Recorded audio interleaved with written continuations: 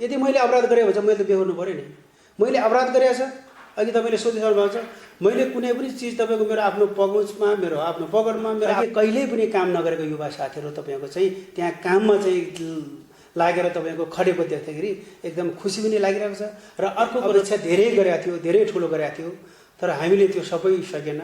त्यो मानव जातिले जति पनि सोचेको कुराहरू सबै चाहिँ तपाईँको चाहिँ उपलब्ध हुन्छ। अथवा म एउटा किसानको छोरो भएको कारणले कृषिमै अलिकति अगाडि बढ्नुपर्छ अबको दिनमा देखाइसकेको छ हामीलाई समयले। हेर्नुहोस् त, कार्यपालिकामा त्यो खालको तपाईँको तछड मछड भएको छैन। हामीले सिस्टम र पद्धतिलाई नै तपाईँको गर्दै हामी अगाडि बढिरहेको छ। कहिल्यै पनि हाम्रो त्यो खालको छैन मलाई कहीँ कतैबाट दबाब आएको छैन। तर दबाब आउनुपर्ने कुरो पनि होइन।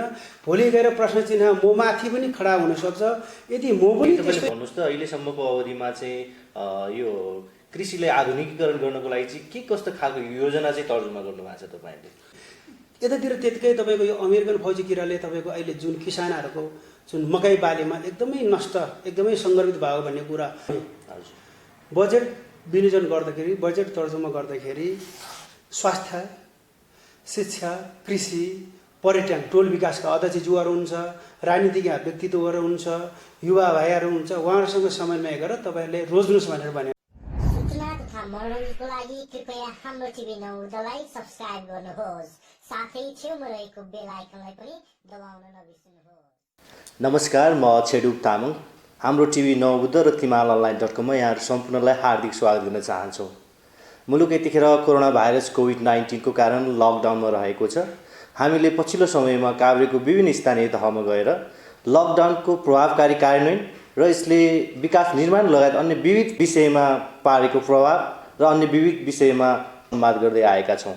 यसै सिलसिलामा आज हामी काभ्रे पलाञ्चोक जिल्लाको नवबुद्ध नगरपालिका वडा नम्बर 9 का वडाध्यक्ष मेलबहादुर तामाङसँग अन्तर्संवाद गर्न गइरहेका छौँ। अहिलेको लागि उहाँलाई स्वागत। अलैजी स्वागत छ तपाईँलाई। आराम हुनुहुन्छ? मुलुक लकडाउनमा चलिरहेको छ। हाम्रो नवबुद्ध नगरपालिकामा पनि लकडाउन लागिरहेको अवस्था छ। पछिल्लो समयमा यहाँको दिन चाहिँ कसरी बितिरहेको छ? अब तपाईँले भनिसक्नु भएको छ, विश्वव्यापी नै यो कोभिड-19ले गर्दाखेरि सबै मानव जातिहरूमा एकदम त्रसित भइरहेको अवस्थामा तपाईँ हामी पनि नवबुद्ध नगरपालिकाका वासी पनि तपाईँको त्यसबाट अछुतो छैन। त्यो भएको कारणले अहिले यो लकडाउनको अवधिमा हामी सुरुको अवधिमा चाहिँ हामीले सचेतना कार्यक्रम, जनचेतना कार्यक्रमहरू गाउँ गाउँमा, टोल टोल बस्तीमा गएर यो कोरोना सम्बन्धी चाहिँ ती खालका कार्यक्रमहरू गऱ्यौँ। सबै गाउँघरमा बसिरहेका, भूगोलमा बसेका जनता दाजुभाइ तथा दिदीबहिनीहरूलाई कोरोनाबाट चाहिँ हामी यसरी चाहिँ बच्नुपर्छ र आफू पनि बचाऊ र अरूलाई बचाऊ भन्ने, बाँचौ र अरूलाई पनि बचाऊ भन्ने चाहिँ नारा लिएरै ओडाबाट चाहिँ हामीले चाहिँ त्यसरी पनि लागि परेको र आफू व्यक्तिगत तर्फबाट पनि हामीले त्यसरी कोरोना सम्बन्धी नै अलिकति अगाडि बढिरहेको जस्तो लाग्छ। तपाईँको सिङ्गो वडामा चाहिँ लकडाउनको कार्यान्वयन कतिको प्रभावकारी भइरहेको छ अहिलेको अवस्थामा? अब लकडाउनको कार्यान्वयन भन्नाले सुरुमा चाहिँ अलिकति भएकै हो। अहिले अलिकति राज्यले पनि मोडालिटी अलिकति परिवर्तन गरे जस्तै अथवा चेन्ज गरे जस्तै भएको कारणले अलिकति चाहिँ अहिले चाहिँ हल्का रूपमा अलिक खुकुलो भएको कि जस्तो लाग्छ। होइन भने हामी लगभग तपाईँको 1-1.5 महिनासम्म चाहिँ पुरै हामीले चाहिँ राज्यले जुन पालना गरेको नीति र विधिलाई एकदमै चाहिँ मानेर हामी चाहिँ तपाईँको अनुशासित भएर नै लागि परेका थियौँ। सबै जनताहरू त्यसरी नै तपाईँको अनुशासित ढङ्गले नै अगाडि बढिरहेको थियो। अहिले अलिकति चाहिँ खुकुलो भएको हो कि जस्तो चाहिँ महसुस मलाई लागिपरेको छ। तपाईँ स्थानीय जनप्रतिनिधि हुनुहुन्छ, स्थानीय जनतासँग प्रत्यक्ष तपाईँको भेटघाट हुन्छ, तपाईँसँग जनगुनासोहरू धेरै मात्रामा आउँछ। अगाडि चाहिँ राज्य स्तरले चाहिँ यसले प्रभावकारी ढङ्गले टाइटली चाहिँ लागू गर्नु भन्दाखेरि त्यसरी तपाईँले वडामा चाहिँ लकडाउन लागू गरिरहँदाखेरि के कस्तो खालको चुनौतीहरू चाहिँ आइपऱ्यो तपाईँले सुरु? अब जनगुनासो भन्नाले आइरहन्छ, त्यो त स्वाभाविक कुरा हो। त्यो जनताले गुनासो गरेको, जनताले आलोचना गरेको कुरालाई हामीले सुझावको रूपमा लिइरहेको छौँ। पहिला सुरुमा चाहिँ हामीलाई पनि अलि अप्ठ्यारो भएकै हो। यो खालको चाहिँ प्रविधिहरू यसरी चाहिँ बिग्रिँदैछ नेपालमा। विश्वव्यापी रूपमा चाहिँ एउटा विकसित राष्ट्रहरू, डेभलप भएको जुन राष्ट्रहरू पनि त्यसरी चाहिँ प्रभावित भइरहेछ। जस्तै अमेरिका, इटाली जस्तो चाहिँ तपाईँको स्वास्थ्य क्षेत्रमा चाहिँ विश्वकै तपाईँको नम्बर 1 अथवा नम्बर 2 मा चाहिँ रहेको देशहरू पनि त्यसरी चाहिँ तपाईँको एकदमै समस्या भोगिरहेको बेला हामी त साँच्चीकै भन्यो त्यति धेरै त्यो खालको ठाउँमा त पुगिरहेको थिएन। हामी यसरी चाहिँ तपाईँको सामाजिक दूरी कायम गरौँ। हामीले कोरोनाको चाहिँ नियम सम्बन्धी चाहिँ अब अलिकति त्यतातिर ध्यान दिउँ। यसरी पसलहरू तपाईँको होटलहरूलाई बन्द गरौँ होइन, केही समयको लागि बन्द गरौँ। यो तपाईँको कोरोनालाई हामीले तपाईँहरूले चाहिँ जित्ने एउटा अभियानमा लागौँ भनेर हामीले लागि परेको थियो। लाग्दा लाग्दै कतिपय ठाउँमा ती खालका चुनौती हामीलाई नआएको होइन, आएको पनि हो। अब हामीले कतिपय चाहिँ साथीहरूले, युवा साथीहरूले बुझेर नबुझेर होला केसम्म पनि भनेको थियो भने हामीलाई अब बाइकहरू यसरी तपाईँको चाहिँ अनावश्यक रूपमा नचलाइदिनुहोस्, चाहिँ तपाईँको आवश्यकताभन्दा बढी चाहिँ तपाईँको यसरी चाहिँ हुलमुल नगरौँ भन्दाखेरि कतिपय अप्ठ्यारो कुराहरू पनि आएको छन् हामीलाई होइन। कतिपय ती खाललाई, ती सुझावलाई, ती गुनासालाई, ती खालका आरोपलाई हामीले एउटा चाहिँ सुझावको रूपमा लिएरै हामी अगाडि बढिरहेको छौँ। पछिदेखि सबै जनताले बुझिसकेका छ हो रहेछ। अब त नेपाल पनि तपाईँको 1 बाट 2, 2, 3, 4, 5, 6 हुन्जेलसम्म चाहिँ अलि डराएको थियो। अब 32 चान्जुन चाहिँ तपाईँको सङ्क्रमित भइसकेको छ, 13 जना जतिको त्यो मृत्यु भइसकेको छ। अब त हामीलाई त खोइ के नै होला जस्तो पनि अलिकति कस्तो खालको भइरहेको छ। र पनि अहिलेसम्म हामीले त्यो हिजोको विगतको नियमहरूलाई उल्लङ्घन चाहिँ त्यति धेरै चाहिँ गरिरहेको छैन जस्तो लाग्छ। अझै पनि हामी त्यसैमा अगाडि बढिरहेको छौँ। यो कोरोना भाइरस विरुद्ध लड्ने सबैभन्दा ठुलो औजारको रूपमा प्रयोग गरिरहेको लकडाउनसँगै अहिले पछिल्लो समयमा चाहिँ स्थानीय निकायमा चाहिँ स्वास्थ्य कर्मीहरूलाई चाहिँ पहिलाको तुलनामा अलिक बढी खटाउने अनि स्वास्थ्य सामग्री पनि त्यही किसिमले जुटाउने अभियान चलिरहेको छ। यहाँको वडामा चाहिँ स्वास्थ्य सामग्रीको अवस्था कस्तो छ? स्वास्थ्य कर्मीले चाहिँ कसरी परिचालन गरिरहनु भएको छ? अब हामीले स्वास्थ्य कर्मीहरूलाई मेरो आफ्नो वडामा भन्नुपर्दाखेरि दाप्च हेल्पोस्ट स्वास्थ्य संस्था एउटा चाहिँ लगभग तपाईँको हिजो गाविस हुँदाखेरि पनि काभ्रे जिल्लामा एउटा चाहिँ नमुनाको रूपमै तपाईँको गनिएको हो अथवा त्यसरी नम्बर 1 मा आएकै हो। सेवाग्राहीको हिसाबले प्रत्येक वर्षमा तपाईँको 10,000 भन्दा बढीले तपाईँको चाहिँ हामीले सेवा लिइरहेको छ। त्यो भएको कारणले हामीले जब चाहिँ तपाईँको यो कोरोना चाहिँ नेपालमा भित्रियो अथवा विश्वव्यापी रूपमा चाहिँ त्यो खालको कोरोनाको चाहिँ प्रभावित भइसकेपछि हामी व्यवस्थापन समितिका साथीहरूलाई डाकेर हामी टाइममा मिटिङमा बसेको थियो। हामी कसरी जान सकिन्छ, के गर्न सकिन्छ भनेर त्यसरी नै लागि पर्यो। र हाम्रो स्वास्थ्य संस्थाको चाहिँ जुन स्टाफहरूलाई एकदमै स्ट्यान्ड बाई तयारीका साथ हामीले राख्यौँ। हामीले सकेसम्मको तपाईँको स्वास्थ्य सामग्रीको विषयमा चाहिँ हेल्पोस स्वास्थ्य संस्थामा उपलब्ध हुनुपर्ने औषधिको हामीले कहिले पनि अभाव गरेन। नगरपालिका पनि हामीले समन्वय गरिरहेको थियो नगरबाट पनि, र हामीले आफ्नो व्यक्तिगत तर्फबाट पनि हामीले के गर्न सकिन्छ भनेर हामी एकदम लागि परेका थियौँ। र स्वास्थ्य सामग्रीको हिसाबले नगरपालिकाबाट विभिन्न चाहिँ तपाईँको चाहिँ सामाजिक व्यक्तित्वहरूले पनि तपाईँको सहयोग गर्दै आउनुभएको थियो। अस्ति नै तपाईँको एउटा चाहिँ केही एउटा पिपीहरू के चाहिँ तपाईँको चाहिँ मास्कहरू चाहिँ सेनिटाइजरहरू तपाईँको 1-2 पटक चाहिँ उपलब्ध भएको छ। र त्योभन्दा अगाडि पनि हामीले तपाईँको चाहिँ छुट्टै किसिमले एउटा चाहिँ बसेर व्यवस्थापन समितिले त्यो एउटा चाहिँ त्यहाँनिर धेरै आरोपहरू आएको थियो। ताप चाहिँ हेल्थसँग गएर के गर्ने, बिरामीलाई चेक जाँच हुँदैन। अब स्वास्थ्य मन्त्रालयको तपाईँ निर्देशनै त्यो छ, यसरी मान्छेले छोएर तपाईँको चाहिँ नगर्नुहोस्, ब्लड निकाल्ने जसरी ल्याब पनि भएको कारणले त्यो कामहरू नगर्नुहोस् भनेर भनेको थियो। पछि हामीले थर्मल गनको विषयमा पनि तपाईँको धेरै तपाईँको चुनौती मूलेर हामीले एउटा ब्ल्याकमै भए पनि तपाईँको लिनुपर्छ भनेर हामीले एउटा चाहिँ तपाईँको जब कि 7,000 चान्जुन पर्ने चिजले हामीले 18,000 रुपियाँ परेर तिरेर पनि तपाईँको ल्याएर जब त्यसले तपाईँको चाहिँ जुन सेवाग्राहीहरूलाई त्यो ज्वरो नाप्ने यताउति गर्दा विधिहरू चाहिँ अप्नाइसकेपछि अलिकति त्यो चाहिँ गुनासोहरू अलिकति कम भएको थियो। त्यसरी नै अहिलेसम्म धेरै अलिकति राम्रो हिसाबले बढिरहेको छ। सम्भवतः अहिलेसम्म खासै त्यस्तो खालको 9 नम्बर वडाभित्र कोरोना सङ्क्रमित चाहिँ अहिलेसम्म भेटेको छैन। भनेपछि तपाईँको वडामा त्यो किसिमको शङ्का सङ्क्रमणको चाहिँ अवस्था छैन, स्वास्थ्य सामग्री पनि पर्याप्त मात्रामा छ भन्ने कुरो यहाँले। अहिले तपाईँ चाहिँ वडा अध्यक्ष मात्र नभएर यहाँको कार्यपालिका सदस्य पनि हुनुहुन्छ। सिङ्गो नगरपालिका अनि वडाको कुरा गर्नुपर्दाखेरि अहिले पछिल्लो समयमा विदेशमा रहेका युवाहरूले पनि नेपाल ल्याउने क्रम चलिरहेको छ। यहाँको नवोदय नगरपालिका अनि तपाईँको वडाले चाहिँ ती विदेशबाट ल्याएकाहरूलाई चाहिँ कसरी व्यवस्थापन गर्ने तयारी गर्नुभएको छ? अब मेरो आफ्नै वडामा चाहिँ अहिलेसम्म 2-3 जना मान्छेले सम्पर्कमा आएको छ। त्यसलाई हामीले तपाईँको फार्मेटमाट नगरपालिकामै पठाएको छ। तपाईँले अहिले भर्खरै सम्झाउनु भयो मलाई। 9 नम्बर वडाभित्रको एउटा चेली चाहिँ तपाईँको दिल्लीमा, पुना भनेको त दिल्ली हो होइन, दिल्लीमा पढ्न गएको रहेछ 1 वर्ष अगाडि। उहाँ अहिले तपाईँको नेपाल फर्किँदैछ। आज तपाईँको आइतबार चाहिँ तपाईँको धनगढीमा आइपुगेको छ। त्यसको लागि धनगढीमा नेपालमा आइसकेपछि तपाईँको चाहिँ वडाबाट सिफारिस चाहिने रे उसको चाहिँ तपाईँको डिटेल उसको लागि परिचयको लागि तपाईँको चाहिँ मागेको रहेछ। म अहिले भर्खरै तपाईँको वडामा एउटा बस्ती स्तरीय एउटा योजनाको सम्बन्धमा छलफल थियो, त्यो सकेर उहाँ भाइलाई बोलाएर हामीले चाहिँ यो खालको चाहिँ तपाईँको कागज चाहिने दाइ भने चाहिँ मैले त्यहाँ लेखेर मैले सिफारिस गरेर पठाएको छ। अनि यहाँको हाम्रो प्रमुख प्रशासनिक अधिकारीसँग अनि यहाँको स्वास्थ्य संयोजकसँग पनि म 3 दिन अगाडि नै कुरा भएको छ। जबकि त्यो चेलीलाई काठमाडौँसम्म चाहिँ तपाईँको आइसकेपछि हामीले नौमुदा नगरपालिकाको एम्बुलेन्स लगेर उहाँलाई सिधै ल्याएर तपाईँको चाहिँ हाम्रो यो मेथिनकोटमा तपाईँको जनक माविमा क्वारेन्टाइनमा राख्नुपर्छ भनेर मैले उहाँको परिवारहरूसँग सल्लाह भइसक्यो। ठिक छ दाइ, तपाईँले गर्नुभएको राम्रो छ, हामी तपाईँको आउने बेलामा सम्पर्क गर्छु भन्दैछ। सम्भवतः मलाई आज तपाईँको 3-4 बजीतिर त्यो नानीले फोन गर्छ भन्दैछ। अब त्यसको लागि कसरी अगाडि बढ्नुपर्ने त्यो सम्पर्कमा आएको त्यो एउटा मात्रै हो। अरू विदेश बस्ने 2-3 जना साथीहरूले चाहिँ मलाई फोन गर्नुभएको थियो। ठिक छ, तपाईँहरूको विषयमा नगरपालिकामा हामीले कार्यपालिकामा कुरा उठाएको छ, त्यो खालको कुरा आयो भने तपाईँहरूलाई हामी इन्फर्म गर्छौँ भनेर मैले जवाब दिएको छ। यो कोरोना भाइरससँगै लागू गरिएको लकडाउनले गर्दाखेरि सामान्य नागरिकले पनि केही पाठ सिकेको छ अवश्य पनि। यहाँ जनप्रतिनिधिको हैसियतले चाहिँ यो लकडाउनले गर्दाखेरि के कस्तो खालको अनुभवहरू यहाँले समेट्नुभयो, कस्तो खालको चाहिँ पाठ सिक्ने मौका पाउनु? अब पाठ त भन्नाले सिकियो भनौँ न। हिजो विगतमा तपाईँको कतिपय स्वास्थ्य संस्थाका साथीहरूले हामीले सामान्य खालका कुरालाई साबुन पानीले मात्रै तपाईँको हात धुयो भने, दिनमा 2-3 पटक धुयो भने 40-50% सम्मको तपाईँको सामान्य खालका कीटाणुबाट चाहिँ लाग्ने रोगबाट हामी चाहिँ मुक्त हुन्छ भन्ने कुराहरू भएको थियो।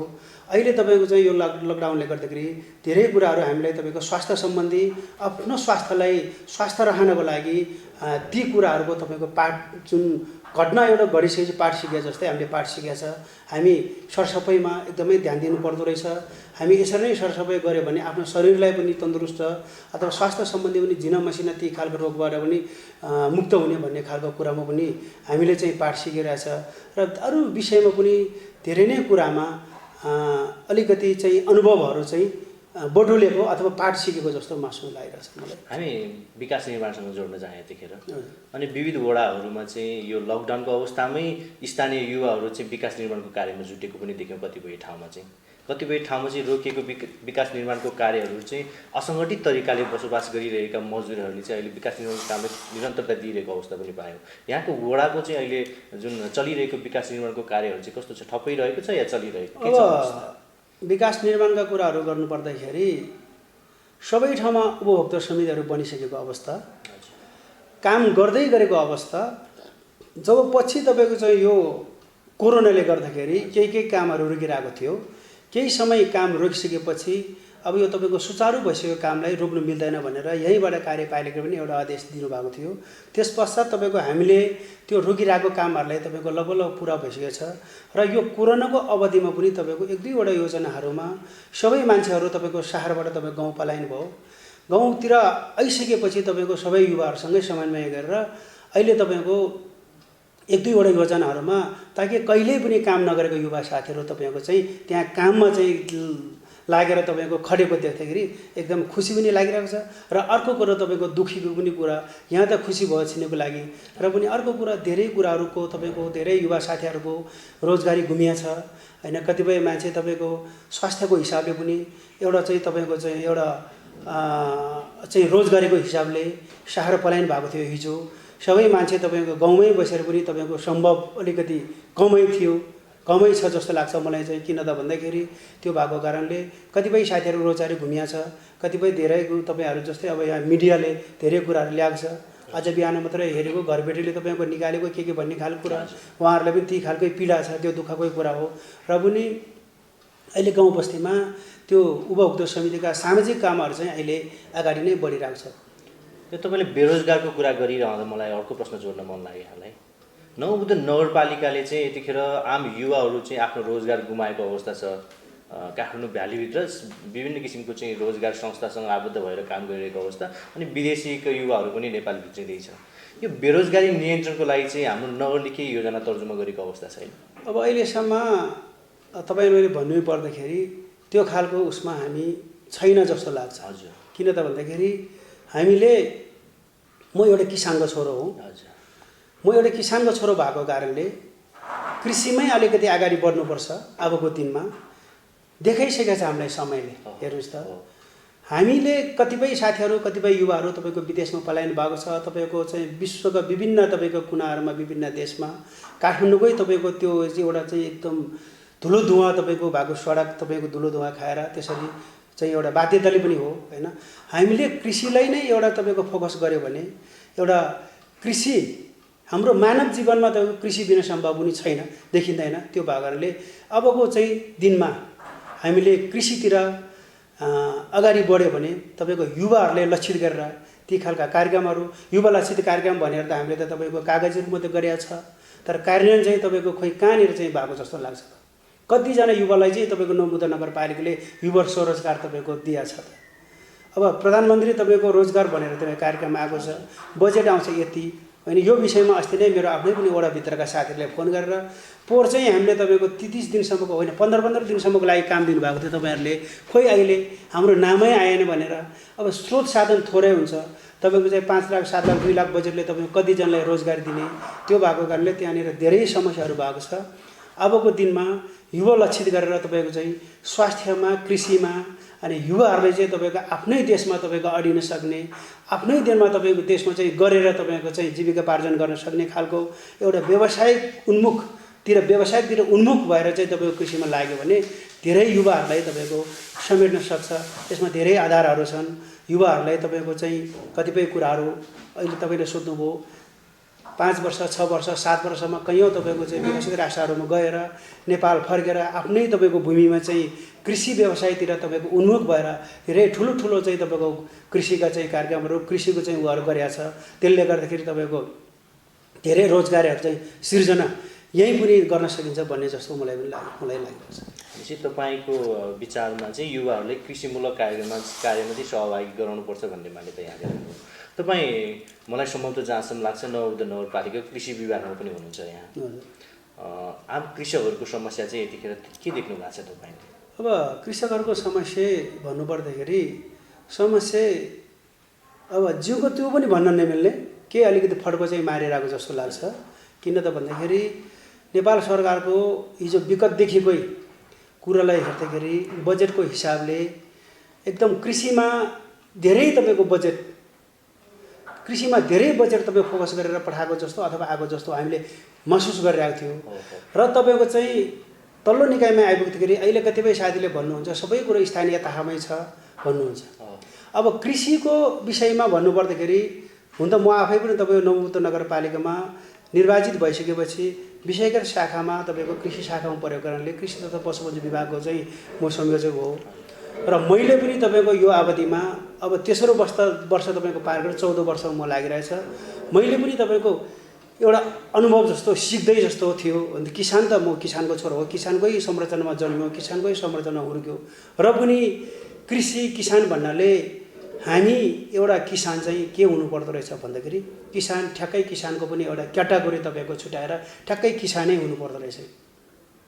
आम तपाईँको समुदायहरू किसानै हो र पनि किसानको तपाईँको जुन छ नि बिल्ला चाहिँ नभएको अथवा किसानको बिल्ला तपाईँको बिर्न नसकेको जस्तो छ। त्यो भएको कारणले अहिले धेरै बजेट आउने देखिन्छ, तर काम गर्दै जाँदाखेरि तपाईँको थोरै बजेट हुन्छ, सबै कुरोलाई समेट्न गाह्रो।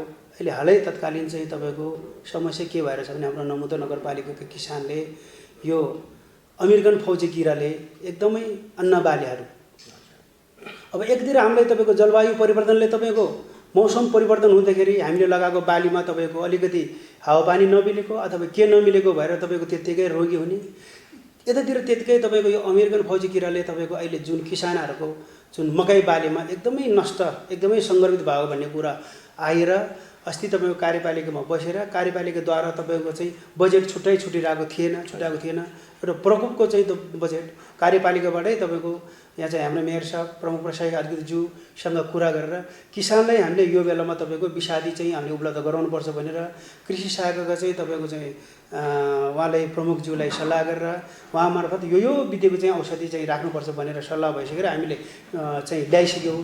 50% अनुदान हो भनेर।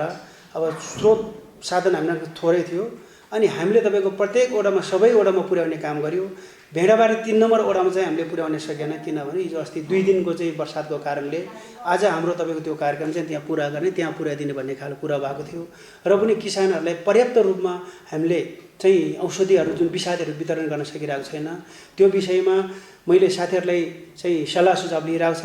मैले सम्पर्क गर्दैछ, आजकै तपाईँको प्रकोपको बैठकमा कुरा राख्छु र त्यो नपुग्ने ठाउँतिर जुन चाहिँ कि दाप्चा डाँडातिर तपाईँको त्यति तपाईँको प्रकोप देखिँदैन, सङ्क्रमित छैन भने त्यहाँनिरको लागि धेरै औषधि आवश्यकता छैन।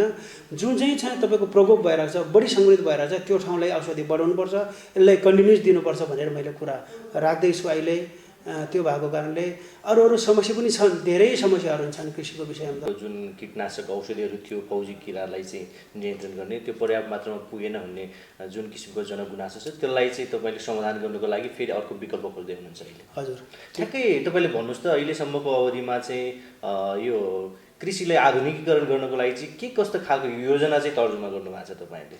अब हामीले 76-77मा चाहिँ 77को बजेटमा जम्मा कृषि तथा पशुपन्छी विभागतिर तपाईँको 55 लाख बजेट, एमाउन्ट बजेट। अनि त्यसमा मात्रै तपाईँको पशु शाखातिर 22 लाख रुपियाँ, यता चाहिँ तपाईँको कृषि शाखामा 33 लाख थियो। अनि हामीले कार्यक्रमहरू तपाईँको तर्जुमा गर्दाखेरि कृषि समितिका सदस्यहरू हामी बसेर बनाउँदाखेरि हाम्रो नौमुदो नगरपालिकाको 11वटाको भूगोलमा चाहिँ तपाईँको एउटा शिविर सञ्चालन गर्ने, त्यहाँको चाहिँ तपाईँको चाहिँ माटोहरू परीक्षण गराउने, कुन भूगोलमा कुन खेती हुन्छ, मानव फलफुल अथवा कृषि खेतीहरू कुन भूगोलमा कुन हुन्छ भनेर त्यसको पहिचान गर्ने।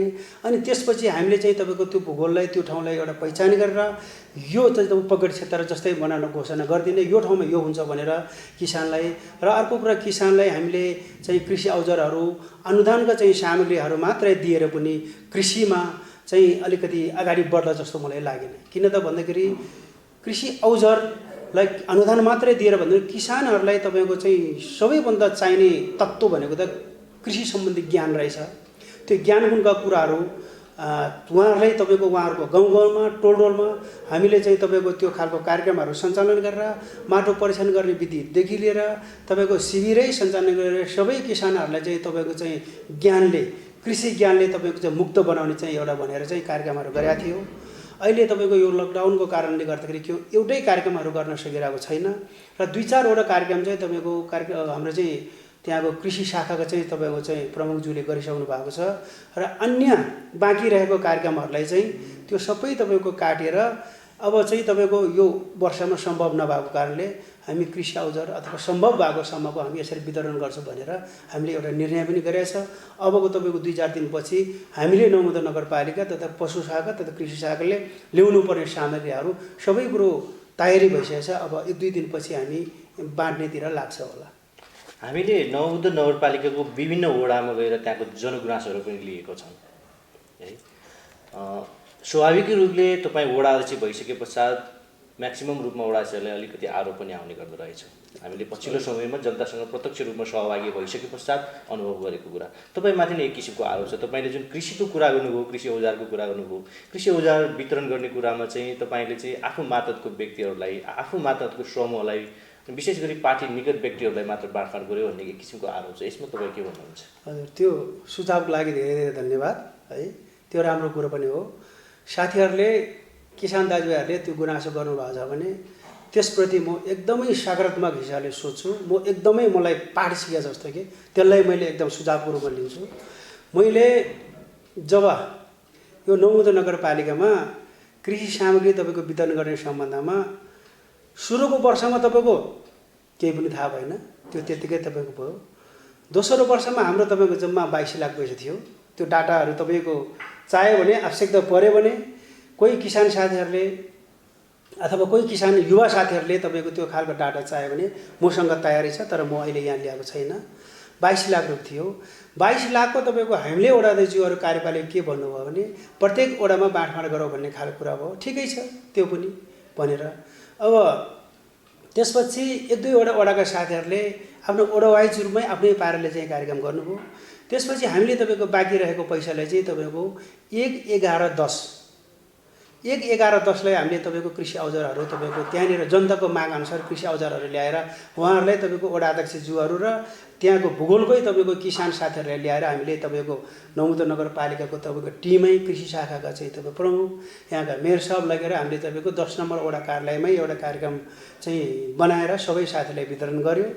अनि त्यसपछि तेस्रो वर्षको कुरामा अहिले तपाईँको हामीसँग रहेको तपाईँको पैसाले हामीले यो कृषि शाखाबाट मैले अघि नै भने तपाईँलाई म दोहोऱ्याउन चाहन्न, त्यो कार्यक्रम गर्नुपर्ने पैसाहरूलाई एकमुष्ट बनाएर हामीले मेरो सोचमा के थियो त भन्दाखेरि तपाईँको पशुतिर हामी तपाईँको ग्रामीण बस्तीतिर गाउँघरतिर बाख्रा पाल्ने किसान भएको कारणले बाख्रामा एउटा नस्ल जातको चाहिँ बाख्रा अलिकति चाहिँ उत्पादनमा चाहिँ वृद्धि हुने खालको भनेर एउटा बोयर जातको बोका हामीले तपाईँको 11वटा ल्याउँदैछ।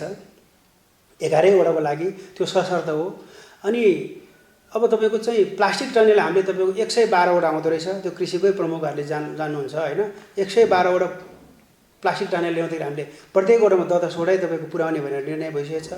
अनि कृषि औजार भन्नाले तपाईँको च्याप कटर हामीले तपाईँको 62वटा चाहिँ आउँदो रहेछ हाम्रो पैसाले। हामीलाई 62 होइन 66 भनेर हामीले तपाईँको 66वटा खरिद गर्न लागेको छ। त्यो कागजी प्रक्रियाहरू सबै पुगिसकेको छ। त्यो भएको कारणले हामीले के भनेको छ भने प्रत्येक वडाका वडा अध्यक्षज्यूहरूलाई जिम्मा लगाइसकेको छ। त्यहाँका चाहिँ भूगोलका चाहिँ तपाईँको चाहिँ टोल विकासका अध्यक्षज्यूहरू हुन्छ, राजनीतिक व्यक्तित्वहरू हुन्छ, युवा भाइहरू हुन्छ, उहाँहरूसँग समन्वय गरेर तपाईँहरूले रोज्नुहोस् भनेर भनेको छ। र मेरो सन्दर्भमा भने मेरो 9 वडामा मैले तपाईँको जिम्मा दिइसकेको छ टोल विकास संस्थाका अध्यक्षज्यू र चाहिँ तपाईँको ती समाजसेवा व्यक्तिहरूलाई नै हाम्रो सामग्री यति आउने हो, तपाईँहरूले मान्छे छनौट गर्नुहोस्, डुप्लिकेसन नहोस्, ताकि तपाईँको योभन्दा अगाडि तपाईँको त्यो सामग्री छ भने उहाँलाई नदिनुहोस्, तपाईँहरूले पहिचान गरेर दिनुहोस् भनेर मैले छनौट भइसकेको छ। साथीहरूले भन्ने कुरा पनि मलाई आइसकेको छ। जनप्रतिनिधि सामु जनताले किसिमको गुनासो प्रश्न गर्ने कतिपयले चाहिँ नसक्ला, ती त्यस्ता जनगुनासोलाई चाहिँ हामीले जनप्रतिनिधि माझ राखेर स्पष्ट रूपमा ती जनता माझ पुर्याउने हाम्रो दायित्व पनि हो। यो भनिरहँदाखेरि तपाईँसँग जनताले अर्को एउटा प्रश्न गरिरहेको छ, तपाईँले एउटा काम अधुरै छोड्नुभयो, त्यसको जानकारी चाहिँ नगरवासी भएन भन्ने एक किसिमको प्रश्न छ, तपाईँले अनुमान लाउनुभयो कुन कुरा अधुरो छोड्नुभयो तपाईँले जनतालाई चाहिँ? मैले अब कुन कुरोमा भन्नुपर्दाखेरि तपाईँको मैले ठ्याक्कै अनुमान चाहिँ लाउन सकेन होइन। अब जनताका पुरा कुराहरू, जनताका गुनासोहरू थुप्रै छन्। हिजो निर्वाचनको बेलामा हामीले प्रत्येक टोल बस्तीमा गाउँमा गएर हामी तपाईँको चाहिँ आधारभूत तपाईँको शिक्षादेखि लिएर तपाईँको चाहिँ खानेपानीदेखि लिएर सबै तपाईँले मैले यहीँनिर रोक्नु चाहेँ, त्यतापट्टि नै हामी एकछिनपछि जाउँला। सिङ्गो नगरपालिकाले जिम्मा दिएको एक किसिमको चाहिँ जिम्मेवारी मेलबहादुरजीले चाहिँ वहन गर्नु भएन, त्यसलाई पुरा गर्नु भएन भन्ने एक किसिमको चाहिँ प्रश्न छ।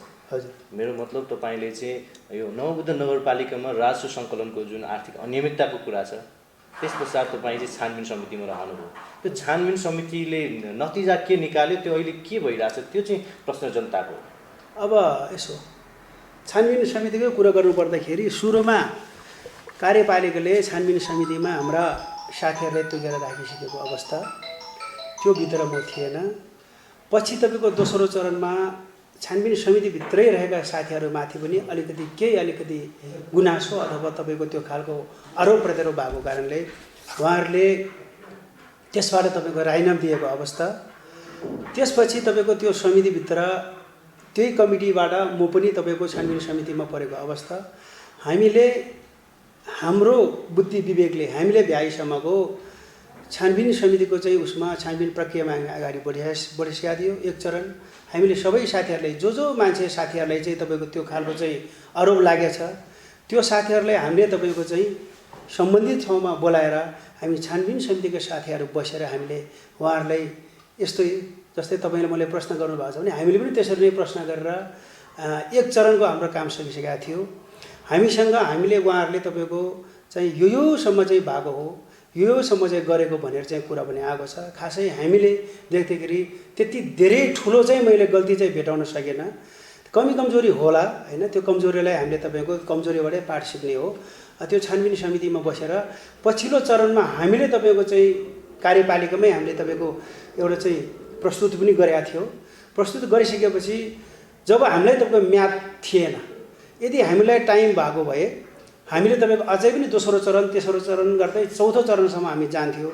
हामीले सायद तपाईँको चाहिँ सम्बन्धित ठाउँमा सम्बन्धित निकायमा पुग्न सक्ला नसक्ला त्यो छुट्टै कुरा थियो र पनि हामीले तपाईँको त्यो खालको अवसरबाट एक अर्थमा हामी तपाईँको अलिकति पछाडि हटिनुपर्ने अवस्था भनौँ। अब त्यो टाइम नभएपछि हामीले तपाईँको उहाँहरूलाई उ गर्ने अवसर भएन। तर हामीले पहिलो र दोस्रो चरणसम्म चाहिँ उहाँहरूसँग छलफल गरे। हामीले उहाँहरूको तपाईँको प्रतिवेदन छ, उहाँहरूले बोलेको भाषाहरू छ, त्यतिसम्म चाहिँ हामीले गर्न पाएको थियौँ। तपाईँले एउटा कुरा अप्ठ्यारो नमानिकन हुनुहोस्, तपाईँ त्यतिखेर छानबिन समितिमा रहँदाखेरि तपाईँले कतै एउटा दबाब सिर्जना केही भएको थियो? छैन मलाई कहीँ कतैबाट दबाब आएको छैन। तर दबाब आउनुपर्ने कुरा पनि होइन। भोलि गएर प्रश्न चिन्ह म माथि पनि खडा हुनसक्छ। यदि म पनि त्यस्तै खालको ठाउँमा चाहिँ तपाईँको हुन्छ भने कहाँको प्रश्न चिन्ह? यदि मैले अपराध गरेँ भने चाहिँ मैले त बेहोर्नु पऱ्यो नि। मैले अपराध गरेको छ, अघि तपाईँले सोधिसक्नु भएको छ। मैले कुनै पनि चिज तपाईँको मेरो आफ्नो पहुँचमा, मेरो आफ्नो पकडमा, मेरो आफ्नो कार्यकर्तालाई, मेरो आफ्नो भाइ भतिजालाई, मेरो भान्जा भान्जीलाई मैले तपाईँको च्याप्यो भने त्यसको जवाबदेही त म हुन्छ नि। भोलि गएर च्याप्नुपर्छ, तपाईँहरूले च्याप्नु पाउनुपर्छ। त्यसको लागि खुल्ला बोल्न सक्नु पऱ्यो। त्यसमा कहीँ कतैबाट दबाब आएको छैन। ओडाध्यक्षज्यूसँग लिएको प्रायः जसो हाम्रो अन्तर्वार्ता चाहिँ प्रायः आरोप प्रत्यारोपकै विषयवस्तुमा छलफल हुन्छ। स्वाभाविकैले जनताको जनगुनासो हामीले यहाँहरूमाझ राखेको हुनाले फेरि यहाँहरूमाझ फेरि साझा गुनासो यो तपाईँको लागि मात्र होइन, हाम्रो नगरभित्रको प्रायः अधिकांश ओडाध्यक्षको चाहिँ साझा गुनासो चाहिँ के छ भने यहाँहरू चाहिँ आफ्नो वडाभित्र मात्र सीमित रहनुभयो। सिङ्गो नगरलाई माथि उठाउने कुरामा चाहिँ यहाँले योजना कुनै किसिमको बनाउनु भएन, वडाभित्र मात्र यहाँको योजना सीमित रह्यो भन्ने कुरा चाहिँ यसमा तपाईँ के भन्नुहुन्छ? अब त्यो तपाईँले भनेको कुरा एकदमै जायज पनि हो। अब हामीले नमौत नगरपालिकालाई सिङ्गो तपाईँको हामीले एउटा चाहिँ तपाईँको नमौत नगरपालिकाको 5 नम्बर वडा कनपुरमा तपाईँको एउटा ठुलो खालको संरचना बन्छ। त्यो हाम्रै सम्पत्ति हो, मेरै हो, नगरकै हो। मानौँ ताकि म आफ्नो तपाईँको वडागत हिसाबले भूलको हिसाबले मेरो दाब्जा डाँडामा छ, रोसीमा छ भने रोसीमा बनाउनुपर्छ भन्ने छैन। मैले जतिखेर पनि त्यसरी बोलिरहेको छु।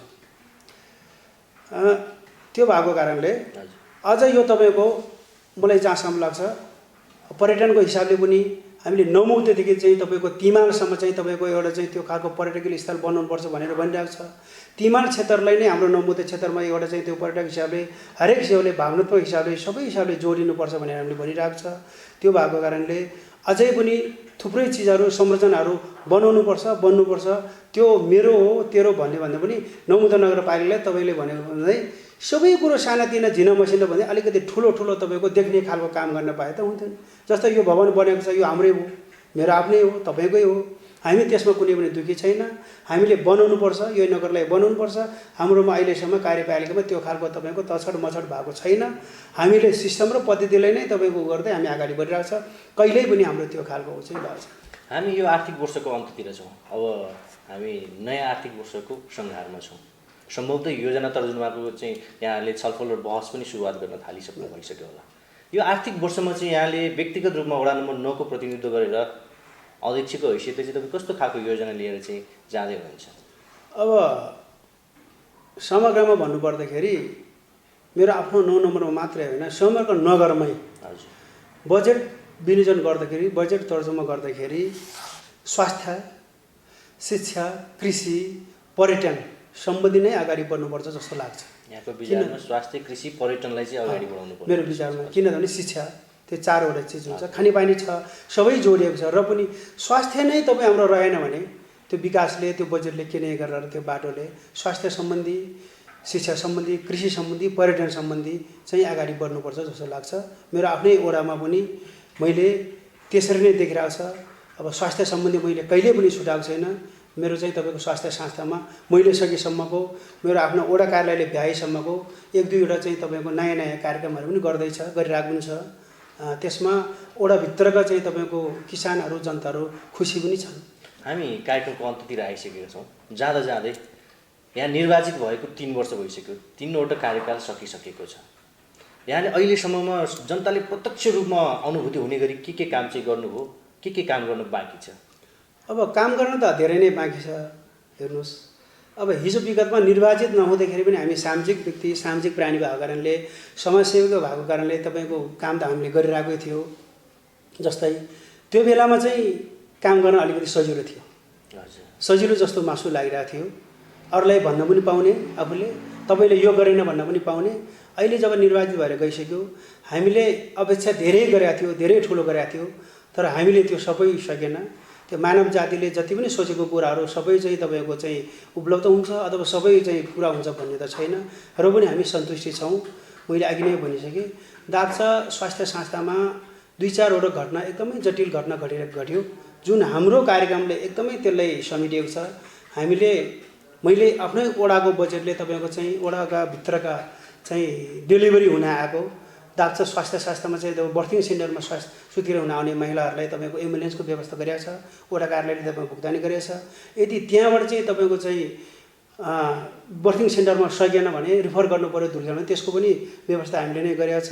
र अर्को कुरा तपाईँको हामीले दोस्रो वर्षमा सबै मान्छे एउटै हुँदैन, सबै मान्छे एउटै नभएको कारण त्यहाँनिर अलिकति छोरा र छोरीमाथि अलिकति भेदभाव गर्ने यो समाजले गर्दाखेरि छोरी जन्मेको बाबत हामीले प्रोत्साहन स्वरूप भनेर प्रत्येक तपाईँको छोरी जन्मेको बाबत तपाईँको 5,000 रुपियाँ पैसा हामीले वडा कार्यालयबाट दिएको छ। सम्भवतः हामीले तपाईँको स्वास्थ्य सम्बन्धी अझै पनि यसपालिको यो बजेटमा मैले अघि नै भने स्वास्थ्य सम्बन्धी अलिकति मेरो प्राथमिकता त्यही हुनेछ। शिक्षामा पनि हामीले तपाईँको छुटाएको छैन, कृषिमा पनि तपाईँको हामीले नछुटाइकनै काम गरेको जस्तो लाग्छ। यहाँले अमूल्य समय हामीलाई दिनुभयो। यहाँको बाँकी कार्यकाल अबका आउने दिनहरूमा आम तपाईँको वडावासी नगरवासीको मनमुटुमा यहाँ बस्न सफल रहोस्, जताततै एउटा वाह आओस्, आम जनसमुदायको समस्याको समाधानको विकल्पको रूपमा यहाँ स्थापित होस्। यहाँले शुभकामना। हजुर, धन्यवाद। तपाईँहरूले यो एउटा चाहिँ नमोबुद्ध टिभी र तेमल अनलाइन.com यो प्रसारण लिनुभयो, अन्तर्वाद दिनुभयो, धेरै खुसी कुरा हो। जहाँसम्म लाग्छ यो मिडिया तपाईहरू भनेको यो एउटा राष्ट्रको एउटा चौथो अङ्ग हो। तपाईहरूमा ठुलो शक्ति छ। कुना कन्द्रामा तपाईँको सुन्दै नसुन्ने मान्छेहरूसँग आवाज छ। आँखा नदेख्ने मान्छेहरूलाई तपाईँको आँखा देखाइदिनुहुन्छ, कान नसुन्ने मान्छेलाई तपाईँले कान लगाइदिन्छ, सबै सुन्नुहुन्छ। यो कार्यक्रम अलिकति पछाडि भएको। हामी प्रतिनिधिहरूले, जनप्रतिनिधिहरूलाई तपाईँहरूले सुरुको वर्ष दोस्रो वर्षदेखि नै अलिक निगरानीमा राख्नुपर्ने थियो। निगरानीमा राख्यो भने हामी पनि कहीँ कतै तपाईँको त्यो खालको नहुने थियो कि जस्तो लाग्छ। त्यसको लागि तपाईँहरूले पनि आफ्नो अमूल्य समयलाई यसरी तपाईँको फोन गरी तपाईँको आफ्नो व्यस्त समयलाई गराउनुभयो, त्यसको लागि पनि तपाईँहरूलाई म धेरै धेरै धन्यवाद। नमस्कार। सूचना तथा मनोरञ्जनको लागि कृपया हाम्रो टिभी 9 सब्स्क्राइब गर्नुहोस्, साथै छेउमा रहेको बेल आइकनलाई पनि दबाउन नबिर्सनुहोस्।